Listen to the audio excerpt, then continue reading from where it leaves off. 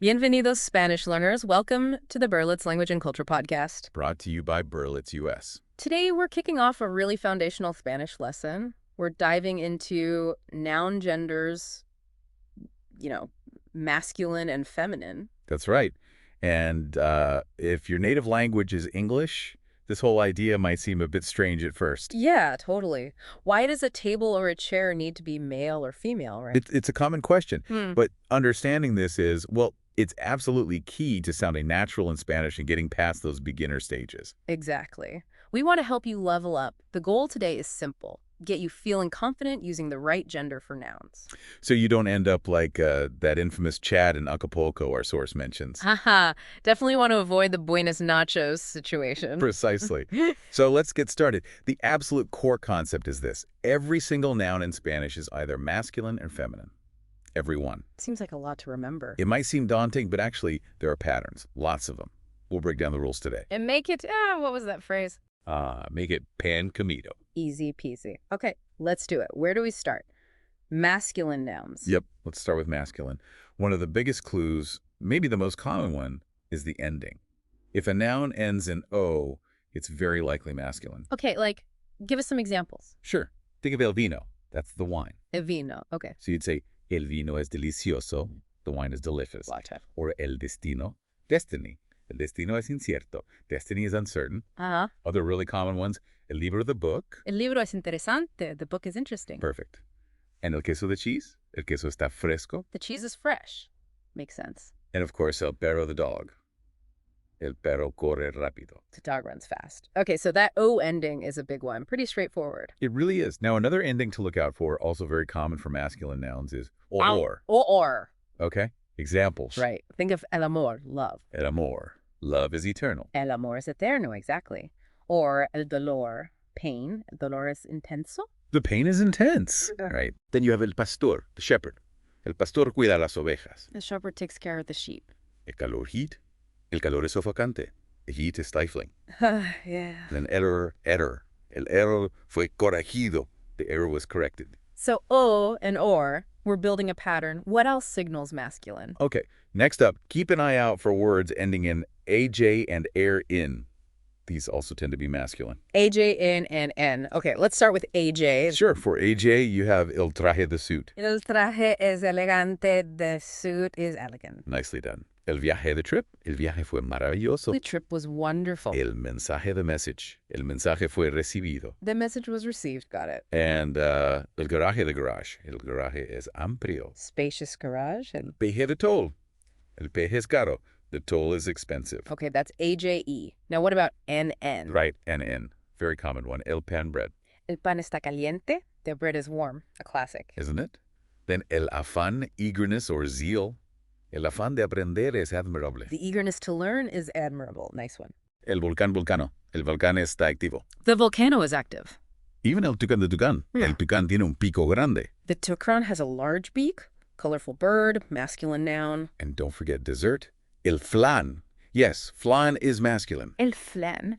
El flan es delicioso. I remember that one. Good. So those are some key endings. But it's not just about endings. Certain types of words are usually masculine too. Oh, okay. Like categories. Exactly. Like numbers and colors.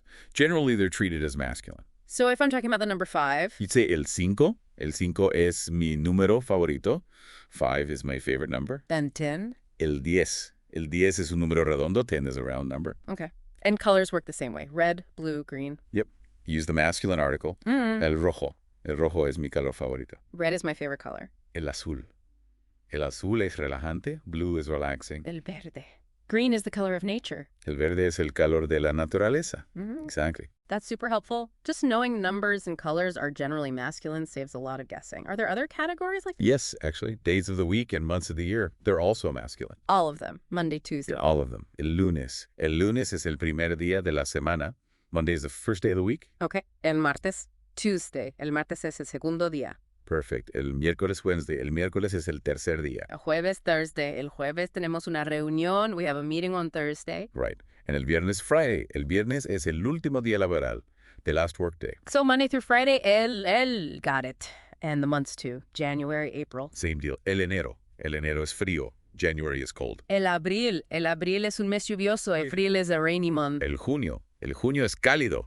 June is warm. October. Pero el octubre es ventoso. October is windy. And November. El noviembre es frío. November is cold. All masculine. Wow, okay. Numbers, colors, days, months, that covers a lot of ground. Yeah. Any other big masculine categories? One more major one from our source. Geography. Cardinal points. And most geographical nouns tend to be masculine. Cardinal points, like north, south. Exactly. El norte. El norte es frío. The north is cold. El sur. El sur es cálido. The south is warm. El este. El este recibe el sol primero. The east gets the sun first. El oeste. El oeste es tranquilo. The west is calm. And even combine ones like el noreste, the northeast. El noreste es montañoso. Okay. And other geographical things. Rivers, seas. Generally masculine, yes. Yeah. El río, the river. El río fluye rápido. The river flows fast. El mar, the sea. El mar es profundo. The sea is deep. El océano Atlántico. The Atlantic Ocean. El océano Atlántico es vasto. Vast. Right. Even porals like the lakes, los lagos están congelados. The lakes are frozen. Makes sense. Los volcanes.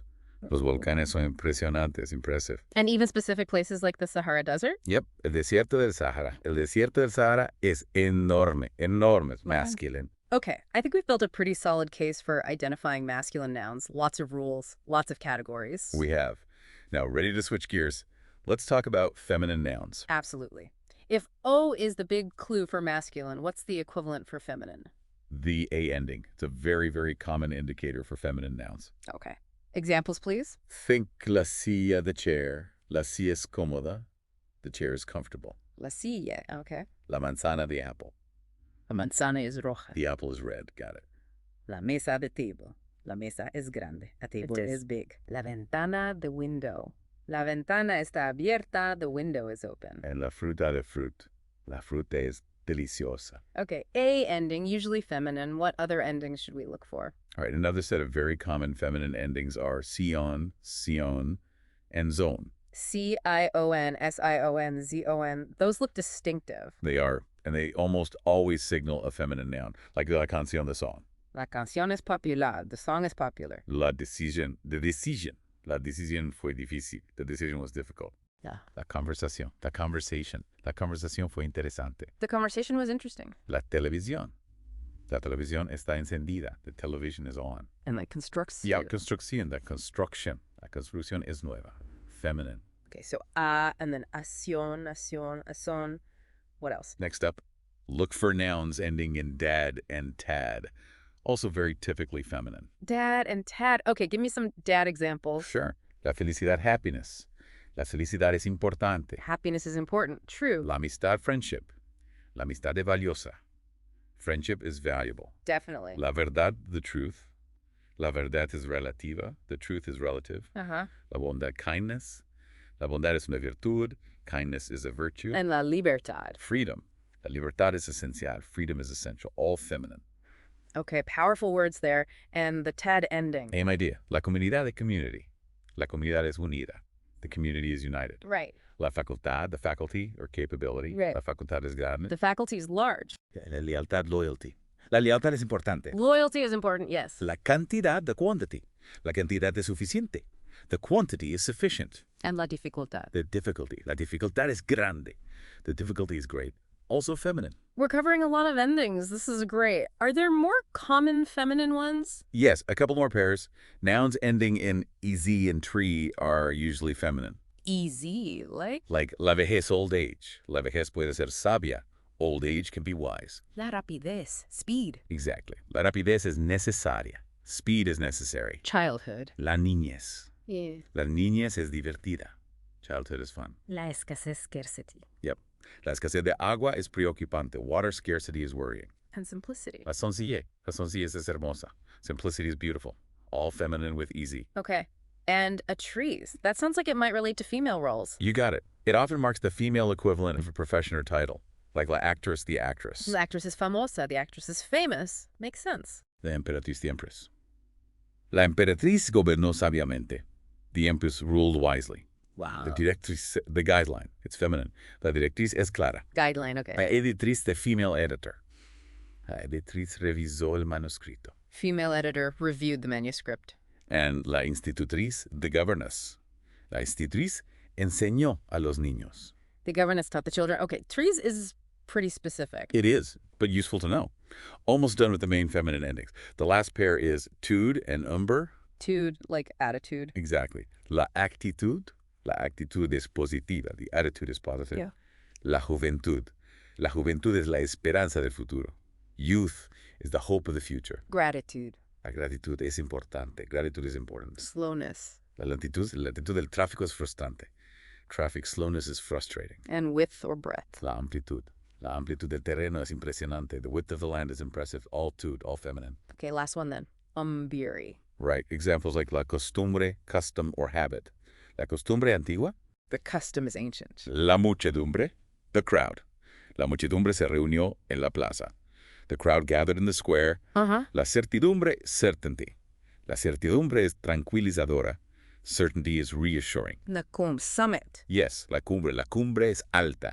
The summit is high. And sorrow. La pesadumbre es profunda. The sorrow is deep. Feminine. Okay, that's a serious list of feminine endings and patterns. Anything else for feminine? Just one little fun fact from the source. Yeah. The letters of the alphabet themselves, they're considered feminine. The letters. Right. Like A, B, C. Yep. So you talk about la B, la C. Kind of quirky, right? That is quirky. Okay, so we have all these rules, but I sense a but coming. Haha, you sense correctly. Just when you think you've got it all figured out. Exceptions. Of course. As the source says, where would be the fun otherwise? Right. It is a Latin language. Exactly. So while the rules are super helpful as guidelines, you absolutely need to be aware of some common words that just don't follow them. All right. Let's get the heads up. What are some major exceptions we need to know? Probably the most famous pair. El día de day ends in A. But it's masculine. El día es soleado, the day is sunny. Exactly. And conversely, la mano, the hand, ends in O, but. Feminine. La mano está fría, the hand is cold. Okay, those two are definite pitfalls. They really are. Write those down. Done. What else breaks the rules? Any other masculine words ending in A?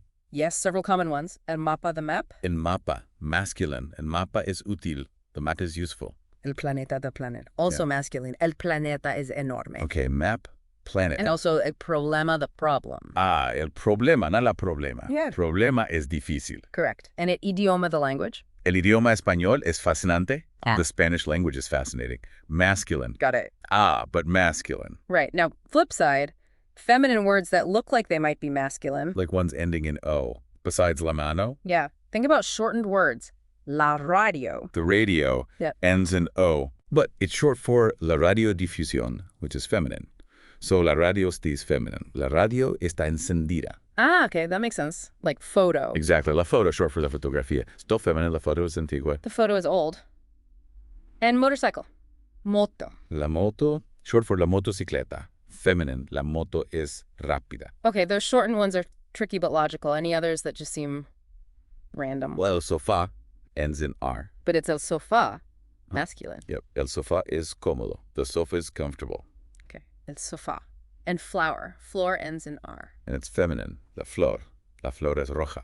La flor. Okay. And there's la labor or work, ends in or, which we said was usually masculine, but this one's feminine.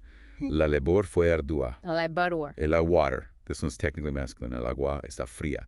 You sometimes see la agua right before, but that's just for pronunciation ease because of the stressed a. Mm-hmm. Grammatically, it's el agua. That's a subtle one, el agua. It is. And a couple more common ones. La cárcel, the jail. Feminine. La cárcel está llena. La cara. And el lápiz, the pencil. Ends in Z's, but it's masculine. El lápiz is amarillo. El lápiz. Yellow pencil. Okay. So the exceptions really show that while the rules give us a great starting point, you still have to learn some words individually. There's no getting around memorizing these common irregular ones. Practice makes perfect, I guess. Absolutely. It's all about exposure and practice. Yeah. You'll start to get a feel for it and intuition over time. Don't worry about getting it perfect right away. Well, this has been incredibly helpful. We've covered the main rules for masculine and feminine nouns, plus those crucial exceptions. Hopefully this makes that whole gender concept feel a bit less mysterious for everyone listening. That's the goal. Remember, learning a language is a journey. Mastering grammatical gender is a big step, but it takes time. Keep practicing, keep listening, keep speaking. And don't be afraid of making mistakes. They're how you learn. Exactly. We really encourage you to continue your Spanish learning with us here on the Berlitz Language and Culture podcast. Please stay tuned for more audio lessons coming your way. This Spanish lesson was proudly provided by Berlitz US. We're here to help you reach your language goals. And this has been the Berlitz Language and Culture podcast. Thanks for tuning in. Hasta la próxima.